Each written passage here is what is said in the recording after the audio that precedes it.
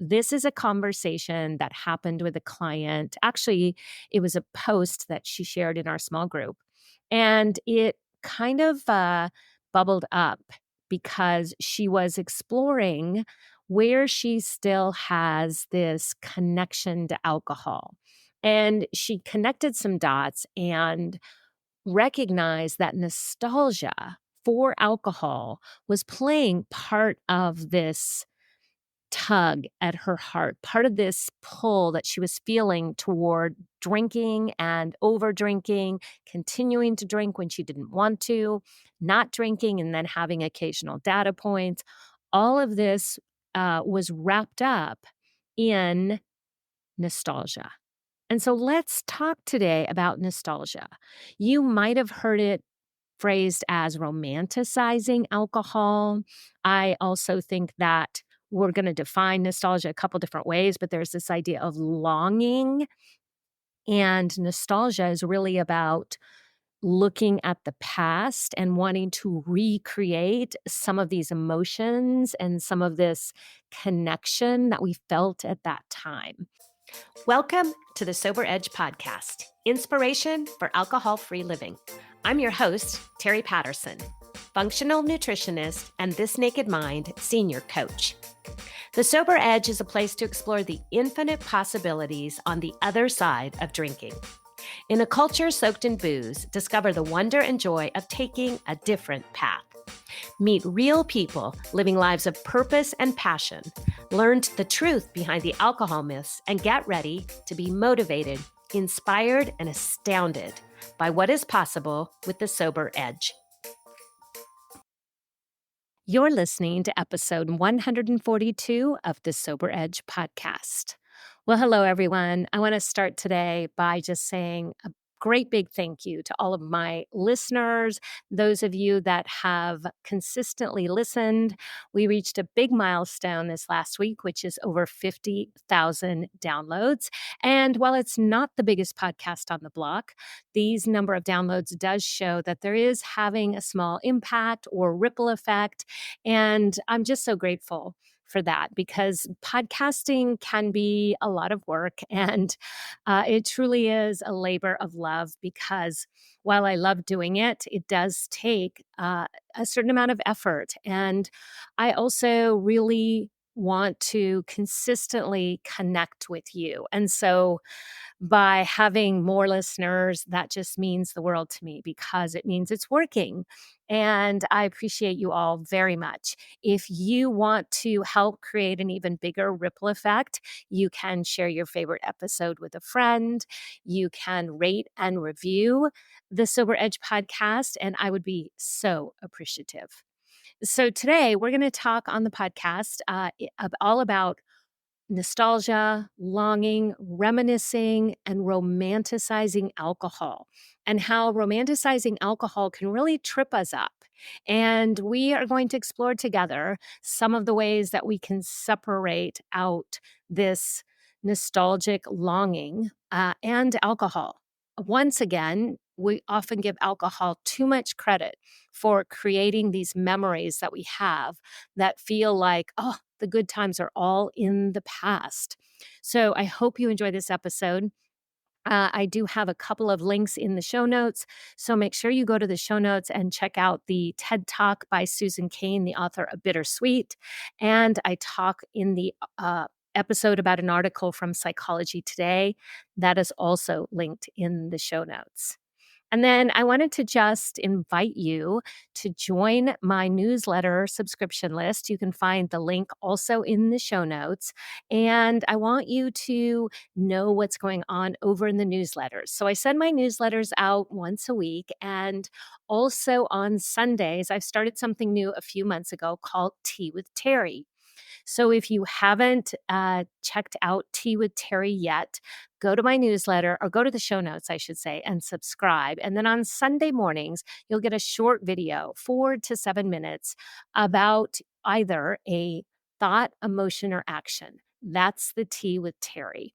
So these are videos recorded. And again, they're just a short message from me to you to hopefully help you not only on your alcohol free journey, but on this journey we call life. So let's do life together and explore those thoughts, emotions, and actions with Tea with Terry. So I hope you enjoy this episode. It was really powerful for me to explore my own thoughts around longing, nostalgia, and alcohol. Hey, it's Terry back with another edition of the Sober Edge podcast. And today, this is a solo episode. I love to share with you things that are coming up in real life. So, this is a conversation that happened with a client. Actually, it was a post that she shared in our small group. And it kind of bubbled up because she was exploring where she still has this connection to alcohol. And she connected some dots and recognized that nostalgia for alcohol was playing part of this tug at her heart, part of this pull that she was feeling toward drinking and over drinking, continuing to drink when she didn't want to, not drinking and then having occasional data points. All of this was wrapped up in nostalgia. And so let's talk today about nostalgia. You might have heard it phrased as romanticizing alcohol. I also think that we're going to define nostalgia a couple different ways, but there's this idea of longing. And nostalgia is really about looking at the past and wanting to recreate some of these emotions and some of this connection that we felt at that time. So there's a couple of thought leaders that have done some really deep work on nostalgia. And one is Susan Cain, who is known for her books. First on Quiet, where she talks about being an introvert in a world designed for extroverts. And then her follow up book, Bittersweet.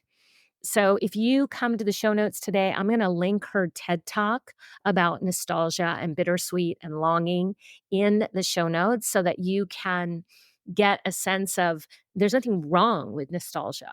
It's powerful and it can be beautiful, but we want to be aware of where alcohol is getting mixed up in this emotion of nostalgia so that, like my client, we can start to recognize what is true and what is not true when this longing, this bittersweet pining for the past comes up.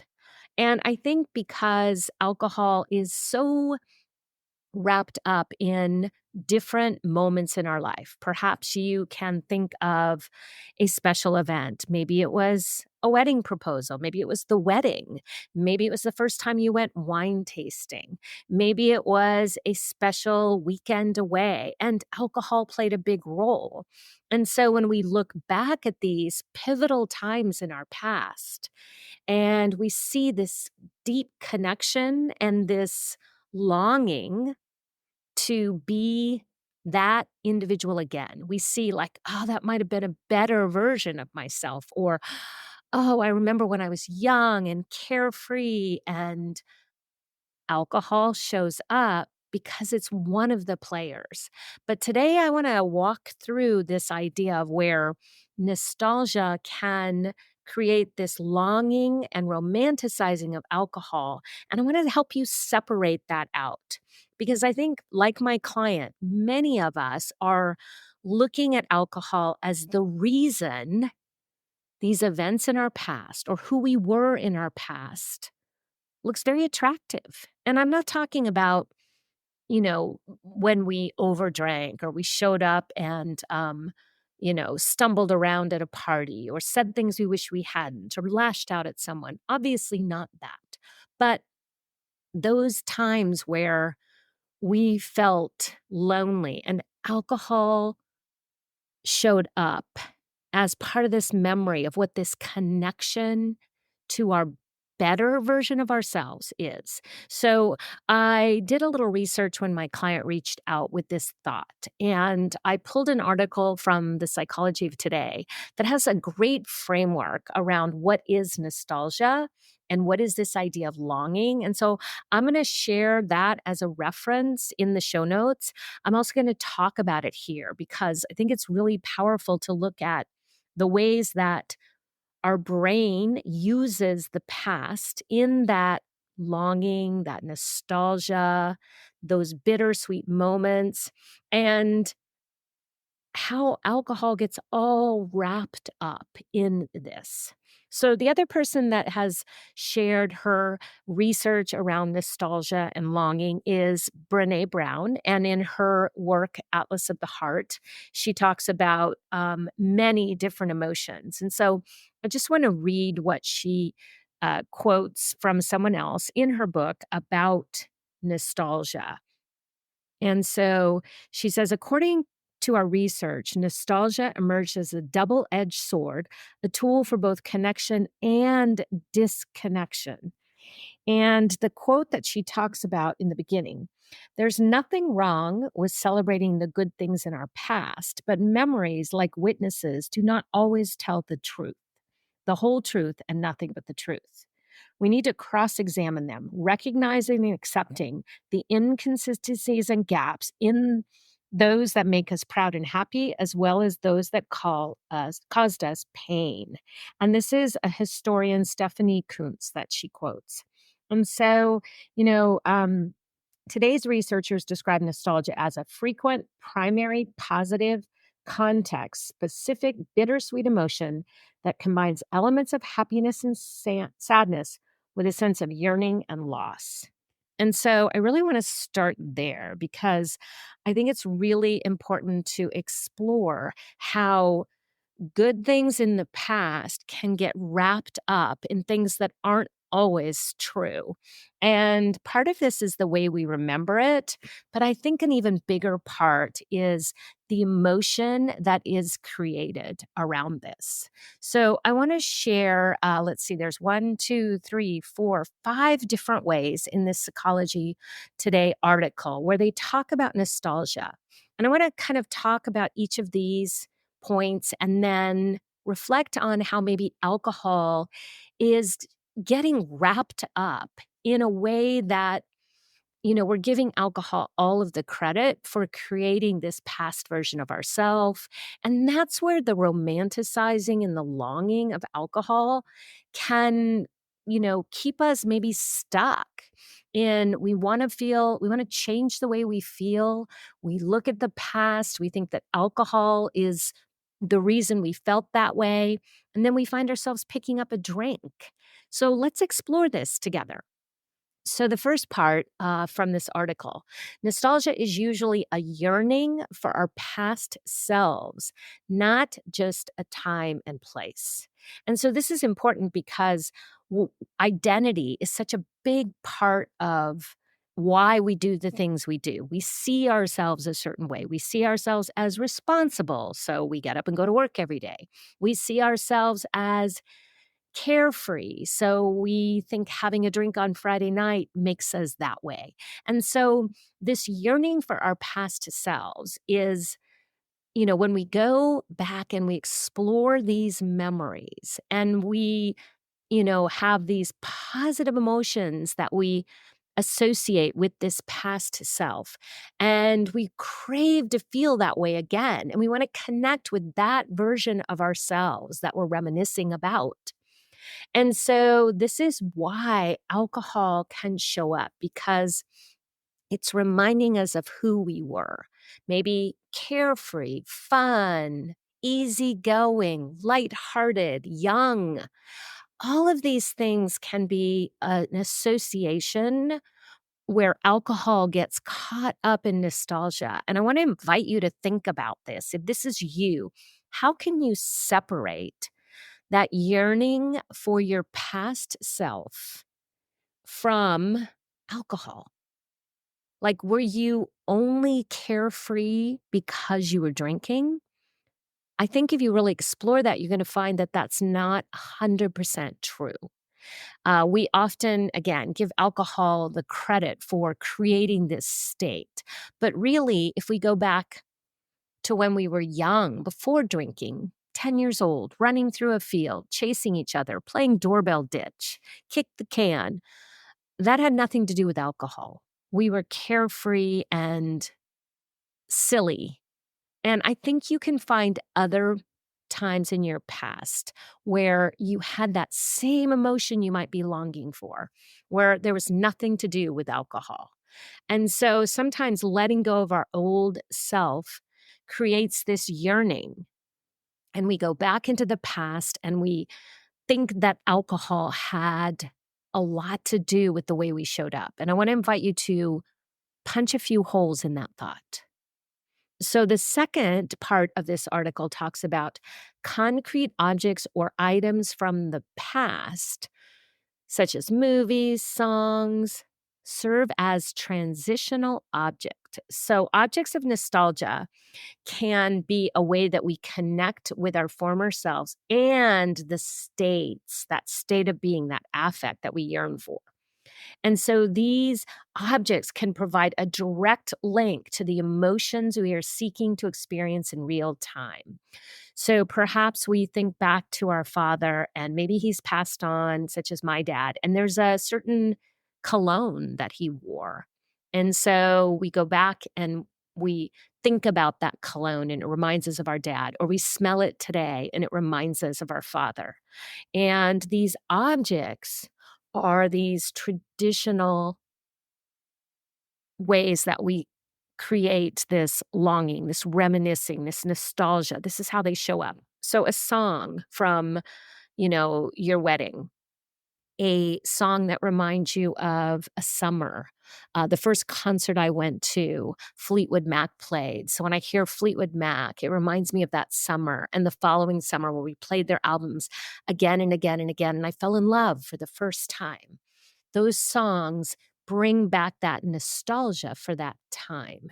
And so we want to be careful that we don't put alcohol as the object that is responsible for this experience we want, this emotion. So if we're thinking, oh, yeah, it was, rosé all day. It was the rosé that I drank that created that emotion or that experience. And so, again, this is the time to really explore, is that true? Because remember, from that quote from Stephanie Kuntz, our memory doesn't tell the truth and the whole truth.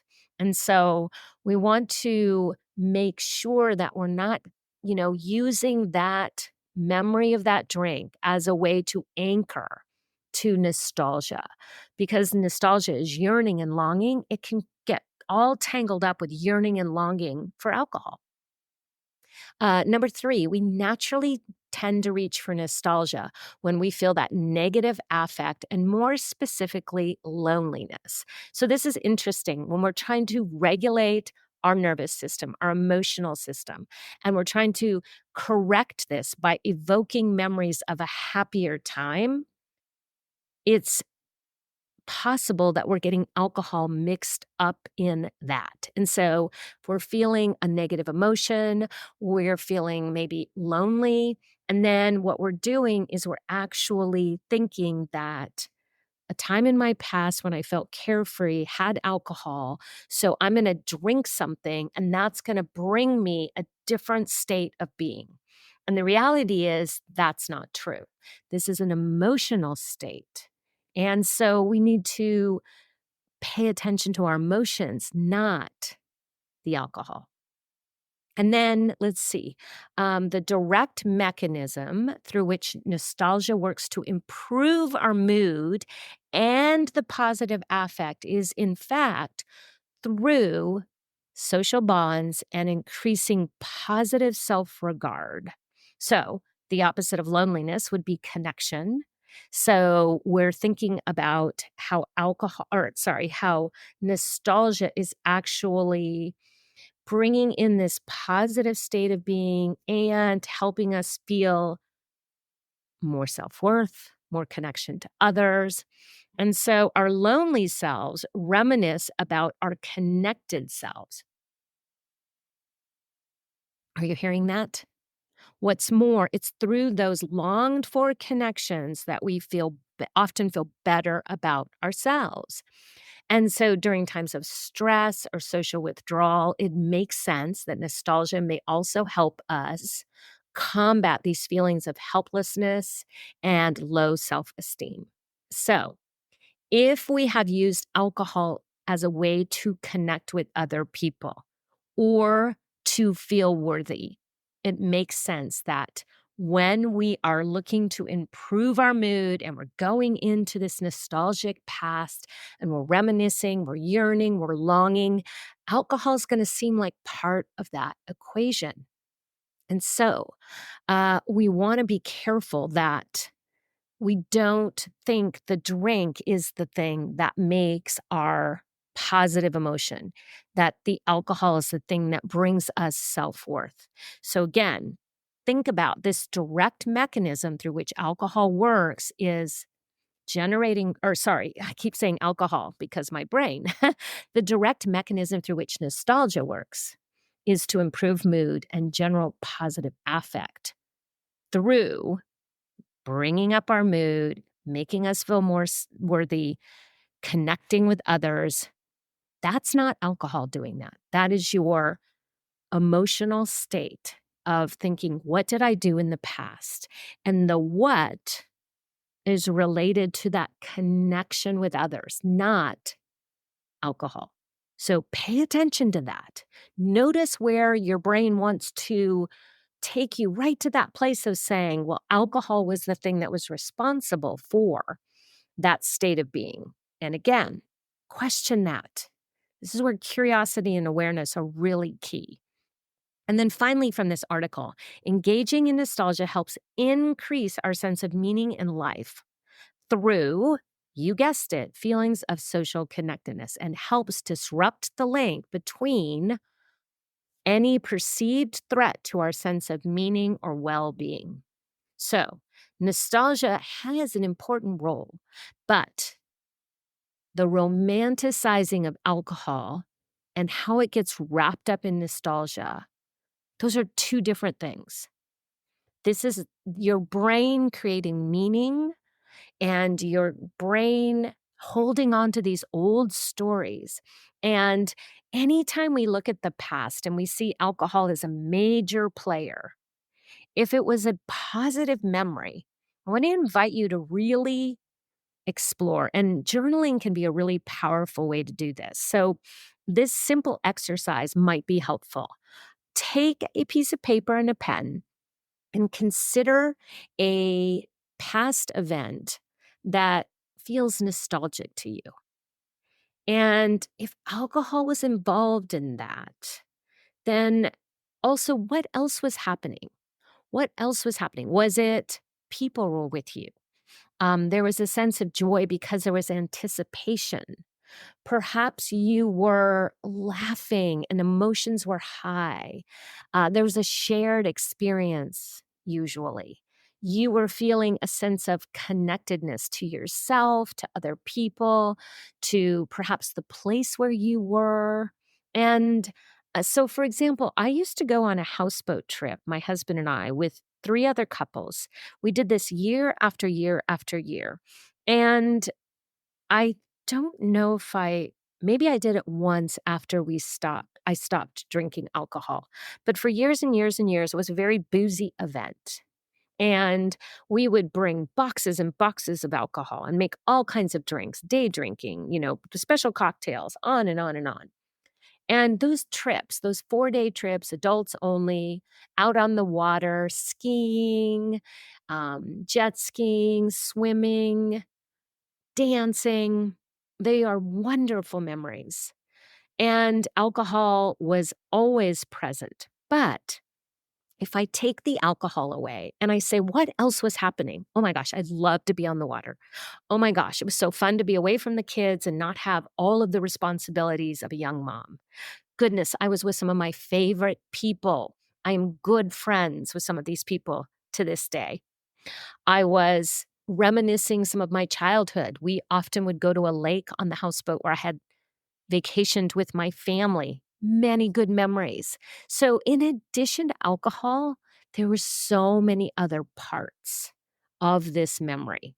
And so, I want to invite you to go back and say, yes, what else is responsible for this beautiful memory that I have that brings up this sense of longing for what was and who I used to be? And how do we carry that forward and remind ourselves that it's not just the alcohol. And in fact, I want you to go further. Go to a memory where there was no alcohol, a beautiful memory, and explore it the same way. What was it that made that an incredible moment? If you look in the past and you're yearning to experience that again, or describing to someone how incredible it was, what were the parts? Was it the people, the place, the relationships, the emotions, the things you touched, felt, smelled, tasted that had nothing to do with alcohol? And so I think it's so important to explore this idea of reminiscing, longing, romanticizing, nostalgia, and see where your brain has been perhaps creating this connection that isn't a real connection. Let's cut the tie between nostalgia and alcohol and see if this can help you, like my client, explore one more way to create this beautiful alcohol-free life where the longing and the reminiscing and that beautiful bittersweet that Susan Cain talks about has nothing to do with booze. All right, I hope you enjoy this. Try these journaling exercises. Respond to my newsletter, get on the T for Terry list, and go to the show notes, watch the TED Talk, see this Psychology of Today article, and let me know if you have sometimes equated nostalgia with alcohol, romanticizing alcohol. Let's change that thought today. All right, I'll see you next week. I want to thank you for tuning in to the Sober Edge podcast. This is a place for important conversations and a safe place to question everything you thought you knew about drinking. If you're looking for your sober edge, I want to invite you to connect with me at thesobernutritionist.com, where you can grab my free resource, Becoming More, a guide to loving your sober life. And I would be so grateful if you enjoyed this podcast, if you would leave a rating and review, as it will help more people find their sober edge.